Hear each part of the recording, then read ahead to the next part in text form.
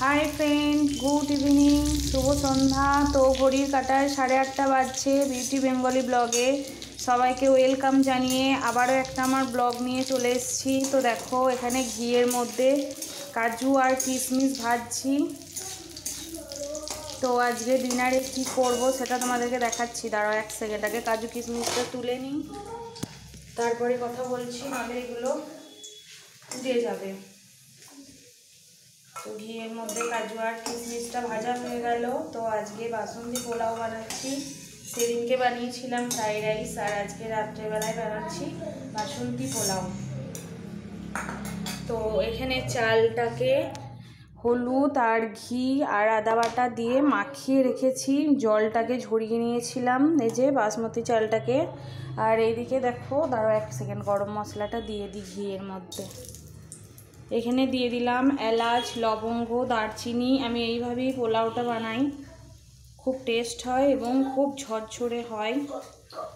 তো ছেলেকে কোচিং থেকে পড়িয়ে নিয়ে আসার পর তারপরে সন্ধ্যার বেলায় ঝালমুড়ির মতো মেখেছিলাম, সব কিছু দিয়ে চা চপ টপ দিয়ে সব কিছু খাওয়া হলো। তারপরে তোমাদের দাদাভাইয়ের আবদার যে একটু পোলাও করো, আর কালকে যেহেতু মাংস হয়েছিল, রোজ রোজ মাংস খেতে ভালো লাগে না, তো ওই জন্য শীতের ফেমাস নতুন আলুর দম। এইদিকে সমস্ত মশলা টশলা করে নিয়েছি, এখানে হবে নতুন আলুর দম।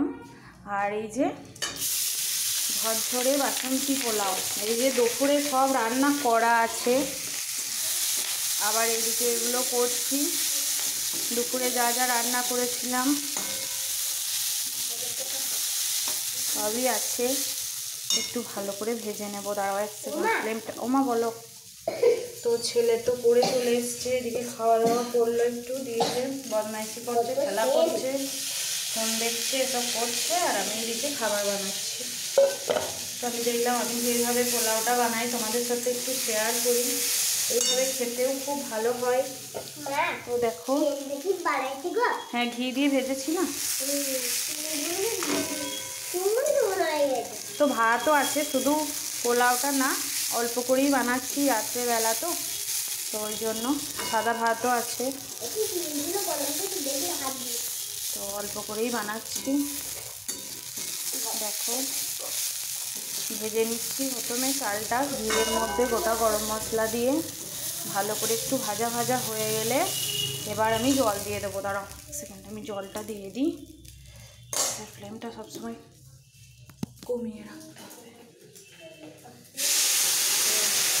এখানে চাল আছে দু বাটি তো আছে, তাহলে আমাকে জল দিতে হবে 4 বাটি, কারণ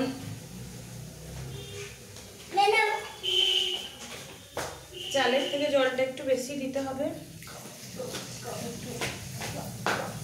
ব্যাস এইটুকুতেই হয়ে যাবে, এই যে দেখো এইটুকুতেই হয়ে যাবে, এখানে জলটা থাকুক।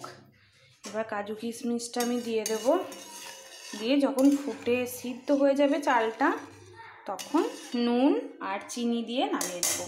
তো এটাই আমার পোলাও রেসিপি। ভালো লাগলে লাইক কমেন্ট শেয়ার, আর চ্যানেলটা অবশ্যই সাবস্ক্রাইব করে দিও। শীতকালের দিন সবাই ভালো মন্দ রান্না করো আর খাও, শীতে খুব ভালোও লাগে এসব খেতে।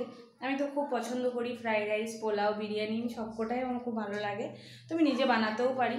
তো দেখো বানিয়ে নিই। তো চলো আর বেশি বক বক করবো না, ভিডিওটা ভালো লাগলে লাইক কমেন্ট শেয়ার, আর চ্যানেলটা অবশ্যই সাবস্ক্রাইব করো। এখনকার মতো টাটা, গুড নাইট।